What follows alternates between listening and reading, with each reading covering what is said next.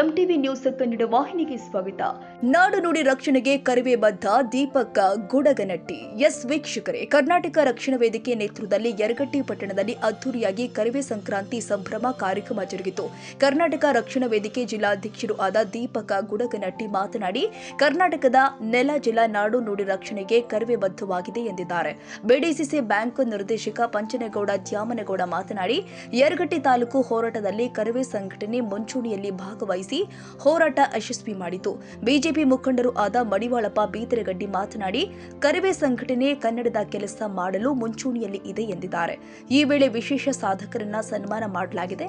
ಮುರುಘರಾಜೇಂದ್ರ ಸ್ವಾಮಿಗಳು ಮತ್ತು ಗಣಪತಿ ಮಹಾರಾಜರು ಸಾನ್ನಿಧ್ಯ ವಹಿಸಿದ್ರು. ವಿಶಾಲಗೌಡ ಪಾಟೀಲ್, ವಿಠಲ್ ಗೌಡ ದೇವರಡ್ಡಿ, ಈ ವೇಳೆ ಯರಗಟ್ಟಿ ತಾಲೂಕು ಅಧ್ಯಕ್ಷ ರಫೀಕ್ ಡಿಕೆ, ಸವದತ್ತಿ ತಾಲೂಕು ಅಧ್ಯಕ್ಷ ಉದಯ್ ಚಿಕ್ಕಣ್ಣವರ್, ವಿಕ್ರಮ್ ದೇಸಾಯಿ, ಮಂಜು ಬಾವಿಹಾಳ್, ನವೀನ್, ನಿಶಾನಿಮಠ, ಶ್ರೀಧರ್ ಅಂಬಳಜಾರಿ, ಲಕ್ಕಪ್ಪ ಜಗದರ್ ಸೇರಿ ಅನೇಕ ಮುಖಂಡರು ಕಾರ್ಯಕರ್ತರು ಭಾಗಿಯಾಗಿದ್ದರು. ತಾಜಾ ಸುದ್ದಿಗಾಗಿ ಎಂಟಿವಿ ನ್ಯೂಸ್ 24x7ಗೆ ಸಬ್ಸ್ಕ್ರೈಬ್ ಮಾಡಿ ಮತ್ತು ಬೆಲ್ ಐಕಾನ್ ಅನ್ನು ಒತ್ತಿ. ತಪ್ಪದೇ ಲಿಂಕ್ ಶೇರ್ ಮಾಡಿ.